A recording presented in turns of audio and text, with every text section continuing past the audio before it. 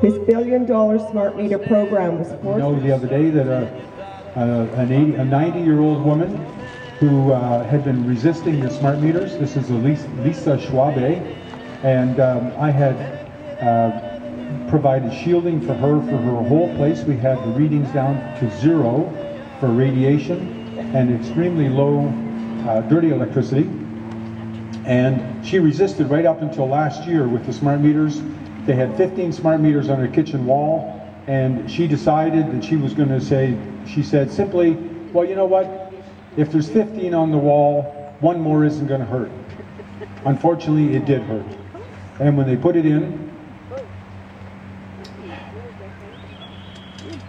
I just heard that she went into severe depression due to the dirty power created by the switching mode power supply in the smart meters, and she went into severe depression and had to undergo, she was subjected to electroshock treatments at 90 years. Types of radiation are shown to cause serious health problems around the globe. They affect male production, they create rapid aging syndrome, and they are known to cause cancer and reoccurring leukemia in children. Having a smart meter on your home is like being exposed to secondhand smoke 24 hours a day, 7 days a week. Only it's dirty electricity radiation instead of cigarettes. Maybe the federal government should enforce the same health warnings on smart meters that they have on our cigarette packages. Unlike your original analog meters, smart meters do not protect your right to privacy.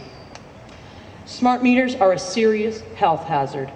As the parent of a child with a life-threatening illness, I have seen how weak and sick the radiation from a CT scan makes my baby, and she's 17 years old.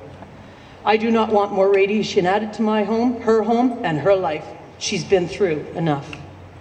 Second of all, as the owner-operator of a government-regulated and licensed home-based childcare facility with 14 children registered, my first concern is how vulnerable our children really are to the radiation that smart meters emit because their skulls are unfused and flexible. Smart meters pose a potential fire risk. A fire destroyed the life of a single mom and her family 2 years ago in my neighborhood, across the street from my daughter's boyfriend's house. One of my community's families lost their vehicles, all their belongings, and their home that night after a devastating fire that originated at the base of a smart meter that had been installed on the home the afternoon before the fire. Yes, BC Hydro says their smart meter only emits radiation for 1 second. Yes, but after it emits that radiation goes directly into the electrical lines inside of the walls of your homes and business, where they run constantly 24/7 and you cannot get away from them. Here are my questions for BC Hydro. What gives you, BC Hydro, the right to penalize me and take away my right to say no thank you to any more radiation being added to our home and business? You threaten me with ultimatum letters, legal proceedings, power disconnection, and extortion with your legacy meter reading and last-minute concocted failed installation fees for refusing to have a smart meter installed on our home and businesses. After years of being a loyal and compliant BC Hydro customer, our reward is an added monthly fee for something that's always been included in your services and a double monthly bill. What gives you, BC Hydro, the legal right to harass me with ultimatum letters, extortion, emails, postcards, and bully me with threats, disconnection of service, and threats of RCMP escorts for your meter changer to customers' properties because they refuse to have a smart meter installed on their home? Yeah, that was my neighbor. Point is, when these smart meters are installed in your homes, they become a collection unit. Now, how many people know how Facebook and, we'll say, Google survive? What do they survive on? Knowledge, people, searches. They capture every single search. They know exactly where you are at any time. They know pretty well exactly what you do. Why do you think they come up with apps like Check-in?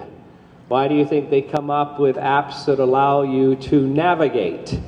Because there's value in knowing where you go and what you do. I'm not bringing a big brother on because this is not centrally controlled by the government in any means. I found that out truly. But what you have to understand is you are definitely missing one of the valuable points, and they love it. I don't even know who they is, but they love it when you are fighting the wrong battle.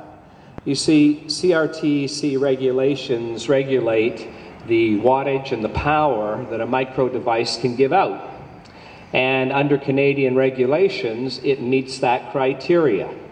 So in order to have the meters changed, or using other technology other than Zigbee and Wi-Fi, you got to battle against the Canadian government in your home. And every smart meter talks to every smart meter. Now, when we hear about how much data, and the data is the electromagnetic waves, I'm going back to the side of frequency problems. If every device speaks to every other device within a radius, and they tell you that it's maybe only making 2 or 10, I haven't heard the latest number, maybe 50 transmissions a day, they're not telling you that the other 100 million coming in from down the block are also going through your one. And that one's always left out. So when something is new like this, unless people like I spend my time investigating it all, and it can be quite challenging, you don't know what you don't know. And there's a heck of a lot that you don't know, and none of it is really good. You see, what the organizations or the power companies will claim is they want to monitor your power consumption.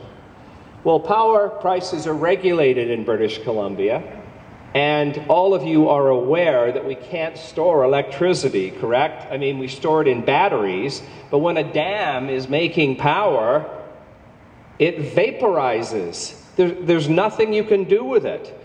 So dams are controlled very carefully by sluice gates as to how much power they want to generate at any time.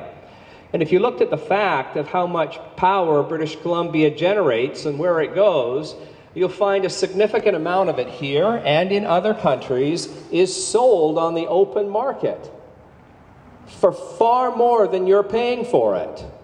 So let me give you one more twist. Why wouldn't we want you to use the least amount of power possible? Because it's worth 1, 2, 3, or 4 more times more selling it to the United States. Remember the entire PowerSmart program? It's probably still around. Well, think about it. A corporation or a government entity, when do they really want you to save money? They do if they can make more money selling what they sell. Now or later to win, for the times they are a-changing.